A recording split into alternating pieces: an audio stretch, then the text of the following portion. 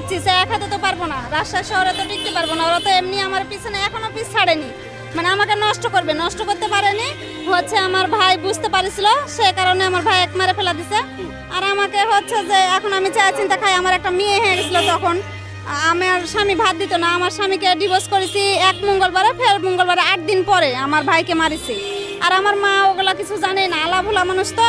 আমার খালারা যা করেছে, বাড়িতে একটু শত্রুতা ছিল জায়গা জমি নিয়ে আমার খালারের সাথে, খালারেও হাত আছে, কিন্তু আমার মায়ে ব্রেন ওয়াশ করেছে যে আমার মানে তোর মেয়ে হচ্ছে খারাপ, তোর মেয়ে হচ্ছে অন্য লোক দিয়ে মারা লিছে, তার ভালোবাসার এক দিয়ে মারা লিছে, মানে এরকম ফাঁকতাল থেকে আসামিরাও বেঁচে গেছে। আমার মায়ের সাথে আমার দ্বন্দ্ব, আমার মা চায় চিন্তা 200-100 টাকা দেয়, আমি রাজশাহীতে ভাড়া বাড়িতে থাকি। ও হচ্ছে যে ছেলে পেলে আমি মানুষ করি, মানে আমার স্বামীও দেখে না, মানে কেউই নাই।